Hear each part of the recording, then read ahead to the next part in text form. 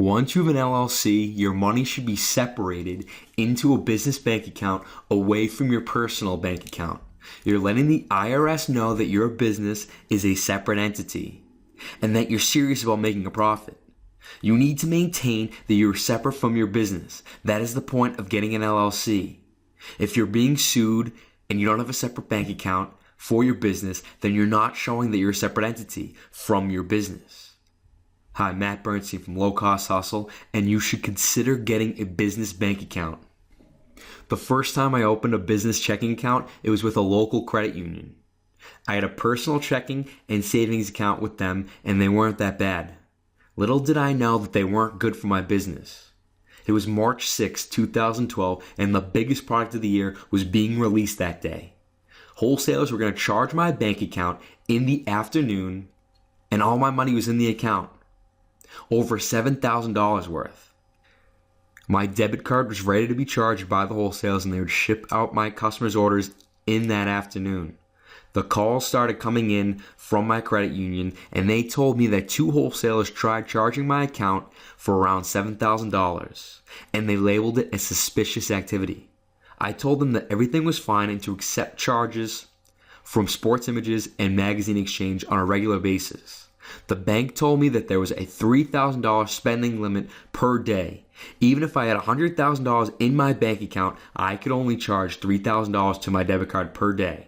I wasn't aware of this, opening the account, and obviously this account wasn't going to work in the future. So I looked at TD Bank, and I thought that might be a good option. They allowed me to spend $10,000 per day, but the catch was I needed to maintain $2,000 in the bank account at all times. That part wasn't going to work for me because I was poor at the time and didn't have $2,000 to my name. I settled with Bank of America because I'd be allowed to charge up to $10,000 per day with my debit card, and I didn't have to maintain a minimum balance. Bank of America would charge me $16 a month for having a business bank account. They give you some options to get your $16 back. You can spend $250 or more with your debit card per month. You can get a business credit card and spend $250 per month and avoid the fees that way. Bank of America is very good customer service, very nice people, and easy access to ATMs everywhere in the United States. You can deposit cash and checks at any ATM. It is very convenient. So what I did was I went down to Bank of America and I brought my articles of organization, my tax ID number, my driver's license, my birth certificate, my social security number. You can't be too careful. Bring all the proper documents and you'll be able to open up your bank account the first time you go in. If you have a business credit card, you can pay your payment gateway fees, cell phone fees, merchant account fees, eBay fees, website fees, and other business expenses. But only business expenses, no personal expenses.